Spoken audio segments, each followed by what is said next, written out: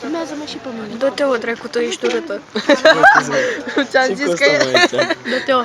Bă, ia-te, bă. Hai, cică, le-ai luat de pe goagă. O să se facă foarte frig și tot mai prost. Mi-a murit mâna. Și cât termină acolo, mă? Ce cerea? 3 milioane și mai ce? Nu, mă. Buletinul și buletinul.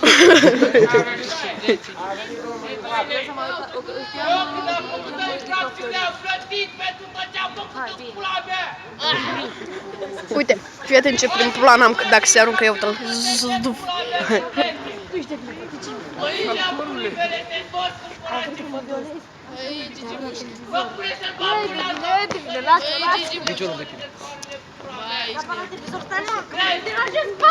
Ăsta-i taică că bă, ești prost.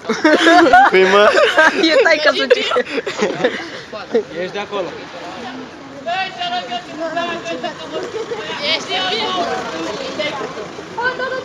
Mamă, lasă mă și acolo. Mă arunc și eu.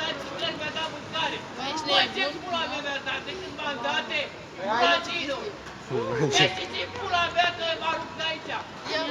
Bă, ieșiți-i pula mea că mă arunc! Mai de pe el!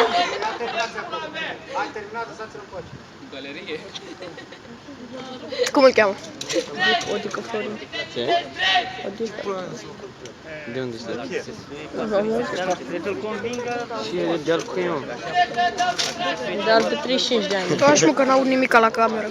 N-au nimic la camera. Nu mă să mă băga mea.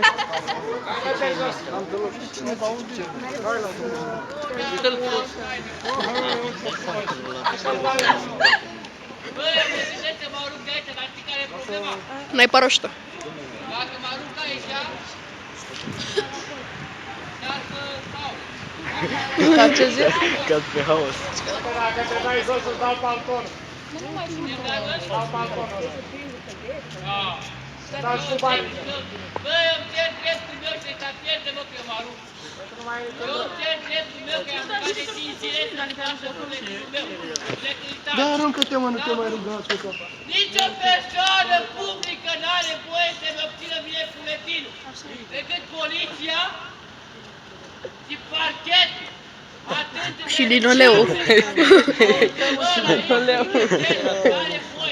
Uite și ambulanța. Mașina lui tata. Oricum nu mai face nimic. Dar nu se aruncă. Bă, fii atent, dacă se aruncă e furat Adidas. Dacă se Face Caterinca ca să-i dea, mă. știu, mă. Și ăsta acolo să nu ți dea un elicopter, că așa e la cerul 3 Caterinca. Da.